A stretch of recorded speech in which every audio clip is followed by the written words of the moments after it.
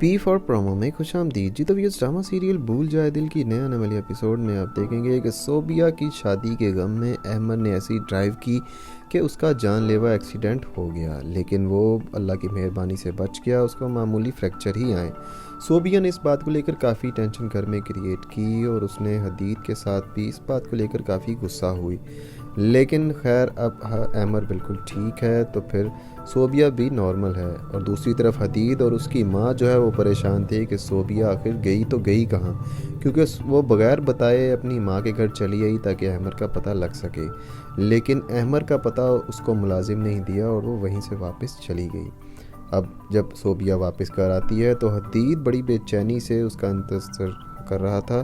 तो वो यही पूछता है कि तुम बताकर नहीं जा सकती थी, हम लोग कितना परेशान थे तुम्हारी वजह से। तो सोबिया आगे से बड़े ही प्यार से कहती है, मैंने ठेका नहीं लिया हुआ तुम लोगों की परेशानियों का, मेरा जहाँ दिल चाहेगा मैं जाऊँगी। अब ये सुनकर हदीद को काफ़ी एहसास हो जाता है कि उसने कितनी बड़ी ज़्यादती की है सोबिया के साथ। और दूसरी तरफ सोबिया का वालिद उसकी वालदा के बेहद इसरार पर उसको ये कह देता है कि तुम कभी कभार ज़रूर जा सकती हो सोबिया से मिलने, लेकिन इस घर में उसे आने की इजाज़त मैं नहीं दे सकता। ये सुनकर उसकी माँ भी परेशान हो जाती है। और दूसरी तरफ आशी पर जो बीत रही है कि उस स्टेज पर जिस स्टेज पर उसे होना चाहिए था सोबिया रात गुजार चुकी है।